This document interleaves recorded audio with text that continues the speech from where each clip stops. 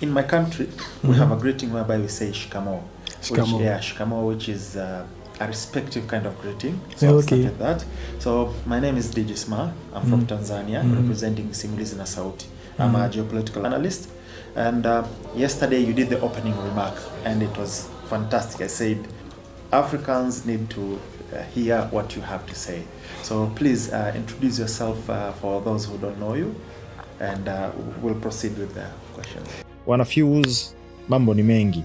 Nakosa muda wa kutafsiri. Kwa hiyo yeyote ambaye ana nafasi, ambaye anaweza kaitafsiri, anisaidie kutafsiri, ambaye anaweza kaitengenezea subtitle, basi anisaidie kutengeneza subtitle, kwa sababu Fuse ni jamii, tunasaidiana kwenye majukumu. Thank you very much, and I feel flattered, obviously. So my name is Dr. Christian Aiku. I'm a board member of Afrodat. I sit on other boards as well. My background is finance. Yeah, I am based here in South Africa, but I'm originally a Ghanaian. Ghanaian, okay. Yeah. So I'll start with a quote which really fascinated me, and it's from Margaret Thatcher. Yeah. Yeah. So could you repeat that and give it a context so that people can understand the significance of that quote? Yeah, so the reason for giving that example, where Margaret Thatcher was interviewed in the 1980s. 1980s. Yeah, by a journalist. I mean, I've forgotten the name of the journalist, but if you Google it, you can find it. Or if you go to YouTube, you find it. She was being asked, why is it that resource-rich countries are not really seen as rich across the world? And the answer from her was that there is no correlation between resource, in the country and being rich. Otherwise, countries like Russia, Angola, DRC, and the rest would have been very rich, by now. And she gave examples of Japan, Switzerland, and Singapore, who are very rich. And it's not as a result of democracy or resources, but primarily as a result of leadership. And what came to mind is that the African disease or the African problem is not as a result of we not having democracy right. We have just copied democracy from the West as an omnibus and planted it in Africa.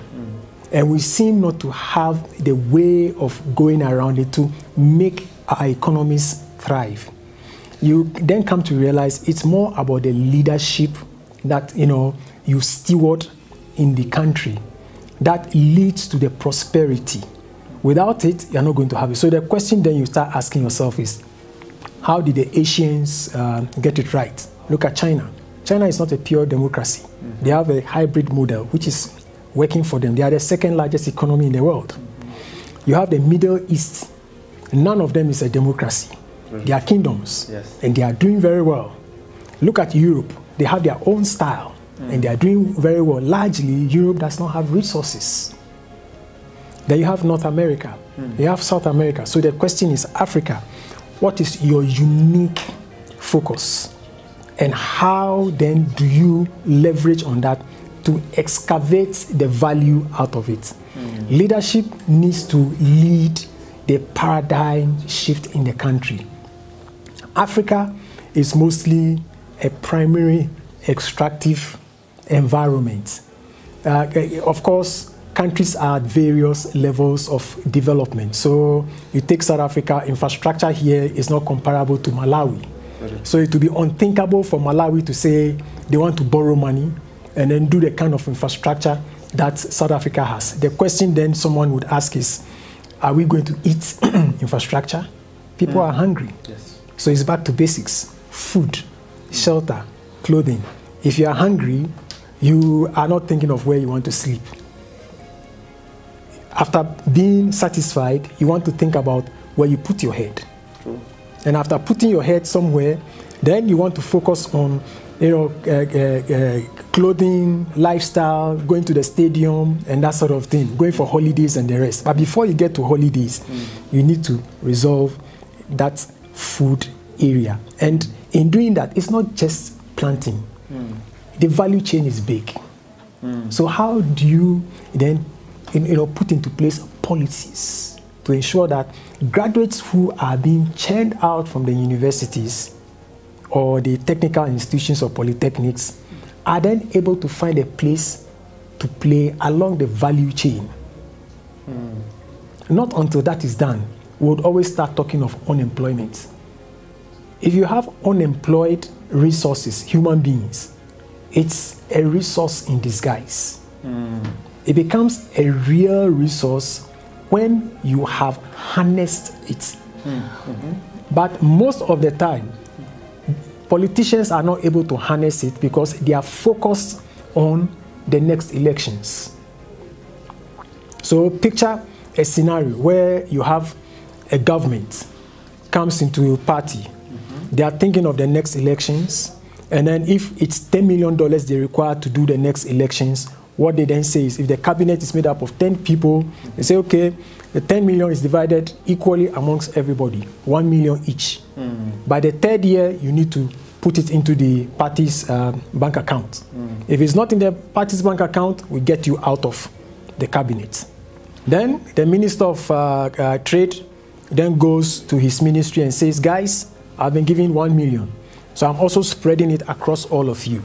If you don't deliver what you've been giving, I'm going to kick you out. What that then means is that, for example, somebody has imported rice and sugar to the port of, let's say, Dodoma. And then to clear it, the guy in charge of customs is saying, come and pay X amount for it to be released. You start dragging your feet and say, okay, it cannot be cleared because you need my signature. So the rice and sugar stays at the port. By the time it gets ready to be cleared, it's rotten, full of maggots. These are the issues. Somebody also asked in the meeting yesterday that can't Africa mobilize its own capital markets and raise capital flows and that sort of thing? It is possible. Everything is possible in life.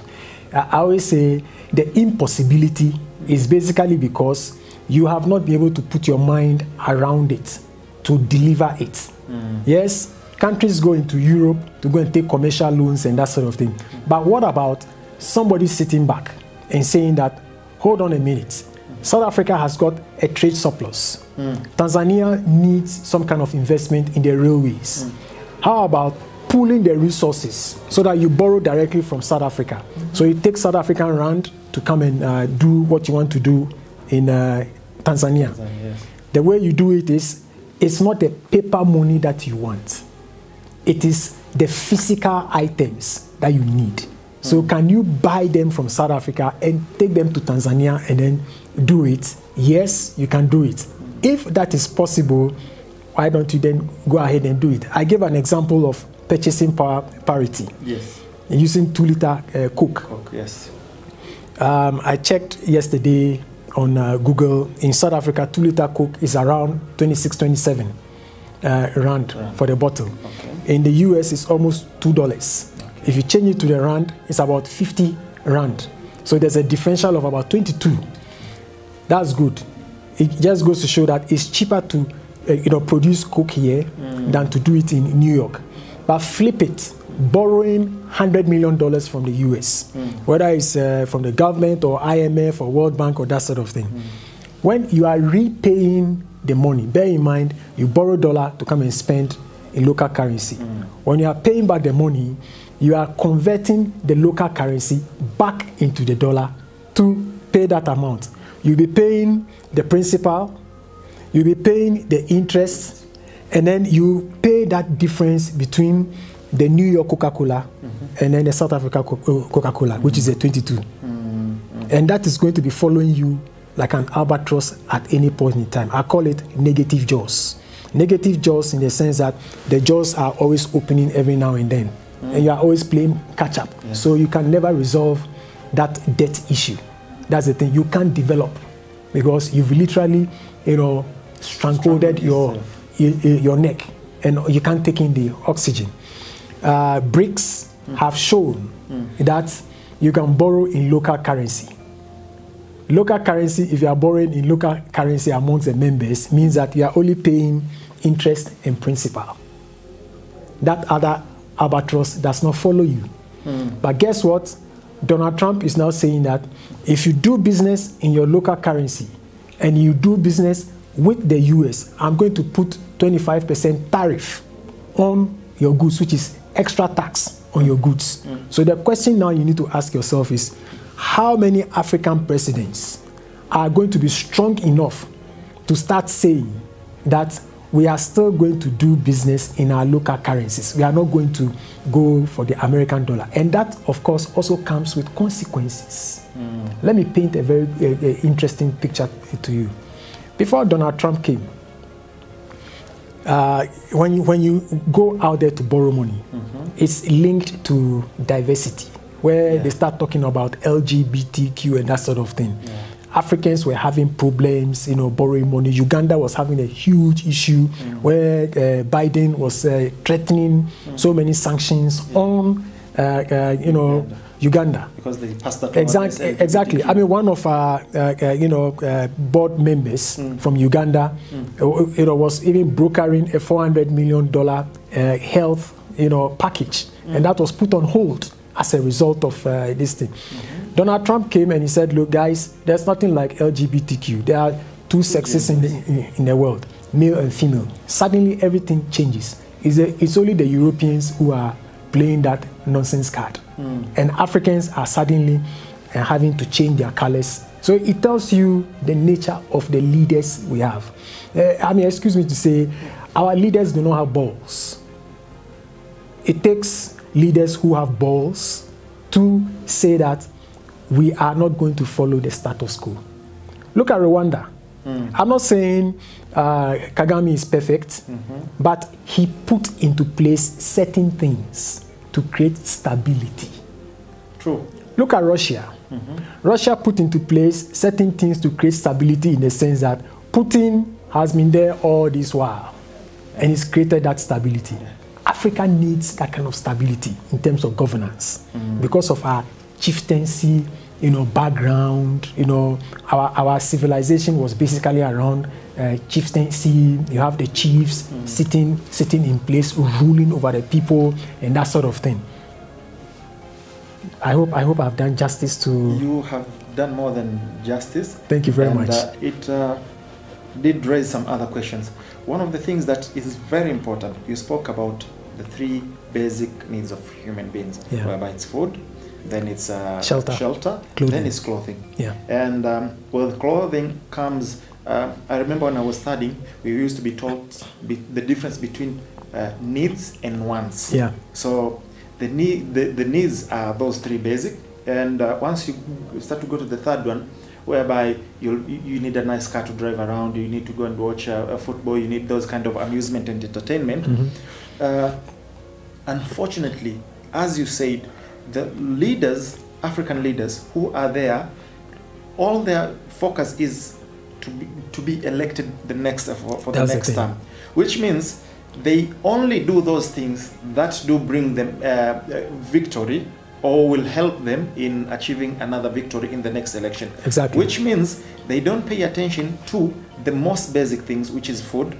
And unfortunately, Africa has the most fertile land of any continent in Africa, in the world. And we have a lot of free land, which is fertile, and we could do. But if you remember, there was a famine in Malawi, which was a consequence of loans from IMF. And even their president and even the financial minister said it was due to the policies of the IMF. So the leaders, instead of paying attention, with all the resources that we have, we used to be, some of us are hunter-gatherers, some of us are farmers. That's how we've survived since before colonialism. But since the leaders are simply there to do things that will get them elected, they don't pay attention to FA, which is the first one, the food. We don't have food stability. It's a shame that Africa, we have to import food from abroad. It's a very big shame. Secondly, which is clothing, but they jump to the third one, which is clothing and other amusements. Exactly. Yeah. So some countries do have some few fancy projects, some roads, some bridges and this, but those most basic things we are still missing. And unfortunately, it's systematic. I was listening to one of the professors, Professor Howard, and it said it's by design. And we have corrupt leaders, and I would like to have your opinion. My belief from the research that I've been doing for several years is that, if I may put it like the colonizers, or those the countries that do still colonize us financially, do love corrupt leaders, because that's the only way they could get their agendas passed. What do you think about that? Do you think that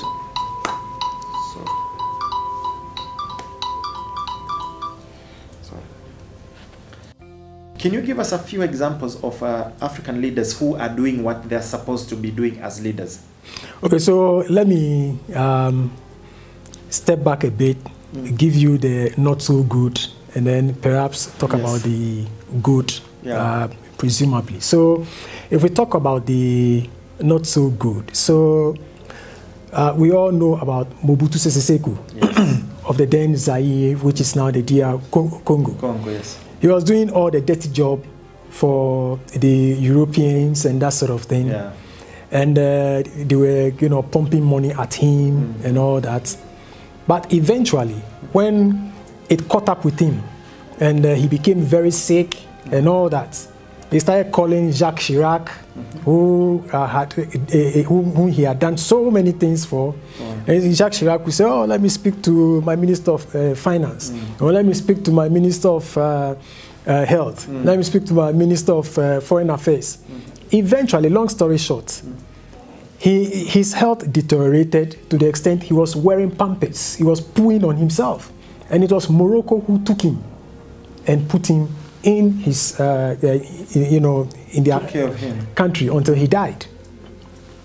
Let's take the issue of, what do you call it, Kabila. Kabila at a point was alleged to be doing business in diamonds, selling it to the foreigners and that sort of thing. And his own bodyguard took him out. Let's look at Liberia. President Samodo also did something like that, and eventually what happened? Civil war, and he was killed. Look at Gambia. The gentleman who eventually had to be kicked out of the country, and even in going away from the country, he took a large portion of the treasury. Up to now, nobody has been able to do anything to him. Now let's take the French, the Francophone countries. Yes.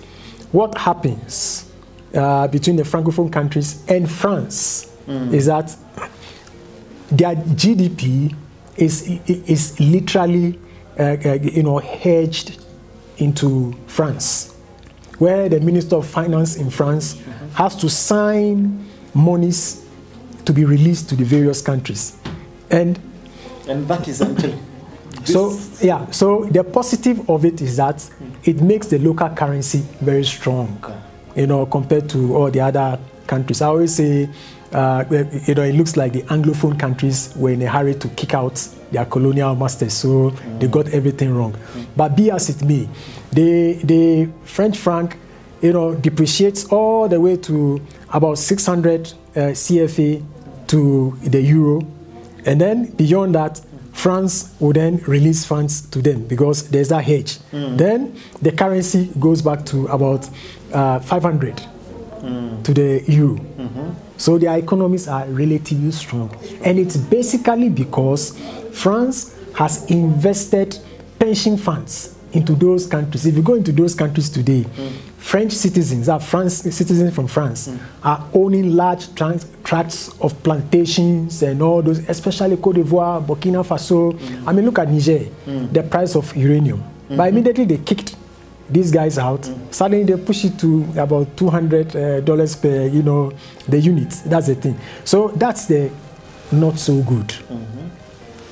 But then when we look at the good aspects, yes, Kagame is doing something good. The economy has opened up, and that's of course he has his own flaws. There's no perfect human being, but generally speaking, he has his own flaws.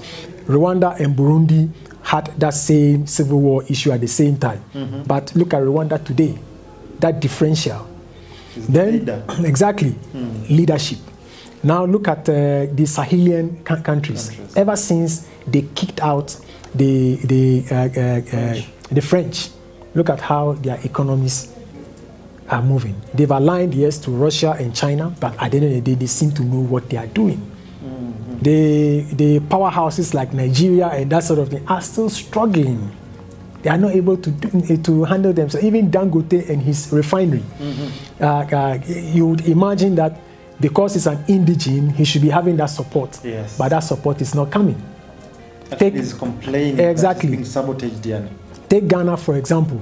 So when the previous government was on, there were some banks, and that's indigenous banks, because the then Minister of Finance wanted to take over. And there was a pushback from the owners. They ended up taking the licenses from those guys. The message I'm just trying to drive across is that most of the African leaders are greedy. They are inward looking. They are not proper stewards of resources. For you to have proper stewards of resources, there needs to be some kind of check and balance in the countries, and that's where the media comes in, by way of exposing what is going on. So, for example, if you are facing challenges, access information and that sort of thing, start lobbying parliamentarians, if you have a parliamentary system, to set out a bill like a right for information bill and all that, so that it gives you the room to go to court if the information is not forthcoming. Unless, of course, the judiciary is also compromised. I know some countries is compromised. Because the president can take a phone, speak to the chief justice, and say, you have to do this. That's it. So this is the Africa we live in. Very, very, very disappointing. And we just spoke about the Francophone countries. I remember this was Jacques Chirac's saying that without Africa, France will tumble and become a third world country. Exactly. So we've seen just 3 countries, which is Nigeria, Mali, and Burkina Faso, kicking them out. It has really shaken them. And as a result, geopolitically, because they did align with Russia and China, and they've tried so far it's reported 16 times to assassinate Captain Traore. And Russia sent almost 150 special forces to act as his bodyguard to protect him. So as a result, France is really pushing on the Ukraine war to send troops and armament to Ukraine to also hurt Russia. Exactly. That's how the geopolitical game is. But the way you see, as a financial expert, is those they've created a state of Sahel countries. Do you think they're moving through towards the right direction financially? So in my mind, what I think they are trying to do is self-determination, as opposed to being controlled by a foreign power. Like most of us. Exactly. So, in psychology, there's something called learned helplessness. So, for example, let's say you have a dog in the house, and you're always kicking it. Initially, it will growl at you or back at you. But it gets to a point you kick it, it doesn't really care. It will just be watching you because it has formulated its own strategy of survival. What's that terminology again? Learned helplessness. Okay. So you are helpless, but you've undergone that learning of that helplessness. You don't really care anymore. That's the thing. So it's just to say that, yes, they've undergone that learned helplessness to protect themselves. But then secondly, also, they realize that with the little they have, they can do so much. So I worked in Togo for 3.5 years. And what I observed is that Burkina Faso, being more or less an arid region, was producing strawberries. These were very big, juicy strawberries. I mean, you can go to Google, YouTube, and then search. You see it, and they've been exporting. I mean, in Togo, the Lebanese and the Syrians were mostly the ones controlling the commerce corridor in terms of imports and exports. And these guys were importing strawberries into Togo, and then into Lebanon, and then into Egypt as well, from Burkina Faso. Oh, that's very interesting. Ghana, for example, buys onions from Burkina Faso. Ghana has more fertile land than Burkina Faso. What does that tell you? Because I recently saw that the tomato production in Burkina Faso has grown almost by 25%. Same thing as onions. What does that tell you? One country which has more fertile land is importing from one country which has less and undergoing some... So it's not a surprise in the sense that Ghana at a point was just focusing on importing goods. So Ghana has been importing tomatoes from South Africa, importing tomatoes from Morocco, and importing tomatoes from Niger. In 2022, Ghana imported, I think, around $600 million worth of tomatoes into Ghana, which accounted for around 70% thereabout, approximately, for the national demand. So it tells you what's happening. And if you are focused heavily on importation of goods, what it means is that you are creating what is called unemployment. You are keeping your resources in country idle. That's the thing. And when you do that, how do you raise taxes? It means you are going to overburden the already small population paying the taxes. That's the thing. That's very true. And I'd like to finish with one last thing, which is what would you tell to the common citizens who at the end of the day, who are the ones who are really bearing the burden through taxes and hard life, infrastructure, health and everything? What do they need to look in for from a leader, especially the certain countries which are going through election this year? What kind of policies and what kind of campaign and message that those candidates will be talking about or campaigning about? What should they, because at the end of the day, the catalyst for this at the end of the day is leadership, regardless of the kind of government, which is, whether it's an autocracy, whether it's a monarchy, whether it's democracy. So for the countries that will soon have elections, what should they look for from the candidates? First of all, the citizenry need to make sure they are well informed about where the country is at that point in time in terms of resources. So if we talk of resources, we know, for example, let's say in South Africa, for example, the basic food on the table is the mealie meal. So this is the grinded maize. Okay. So let's say last 5 years, a 5 kilogram bag was let's say 20 rand. Okay. But then currently a 5 kilogram bag is around 60 rand. The question you then ask yourself is, who amongst the leaders is bringing in policies that would reduce the impact of the increase in prices? Because I always say, without analyzing or over stressing the issue, the economics is all about your pockets. So the basic food you put on the table, the milk you buy, the meat that you buy, the groceries that you buy, what was the prices before? What's the prices now? It's not about the flyovers and skyscrapers. No. Those things are things that would confuse you. And those are the vehicles through which the politicians take their 10%. And what they do is, at the negotiating table in New York or in London or wherever, they do that with those who are going to issue the funds to them, who will do the road. That's the road. He has to pay something into the ruling party's account. So at the end of the day, for you to do the motorway, there isn't sufficient funds. I mean, there's a place here in South Africa called Talton. I went there to buy drip lines for my farm, irrigation. And I saw uncompleted, houses. It's called RDP. And I kept asking, so who, did this shoddy work? And I was told it was something that happened in the previous president's time. That's Jacob Zuma.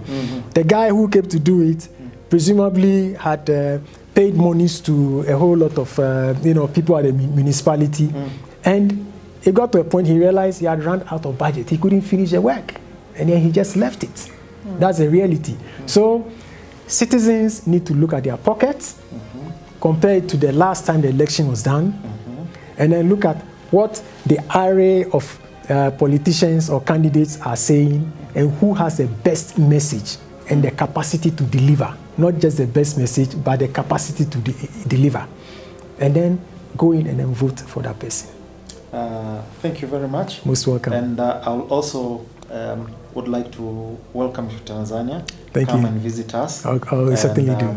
I know that other people will also need time with you. Sure. I really appreciate it. Thank you so much. Thank you, sir. Yeah, you're most welcome. Ila mwana Fuse, ili upate content zote za Fuse kiwepesi, Fuse Military, Fuse X-Files, Fuse Adventure, Fuse Tech, Fuse Ndinga, Fuse Afya na zinginezo, kuzipata kwa wepesi jiunge kwenye Fuse WhatsApp channel.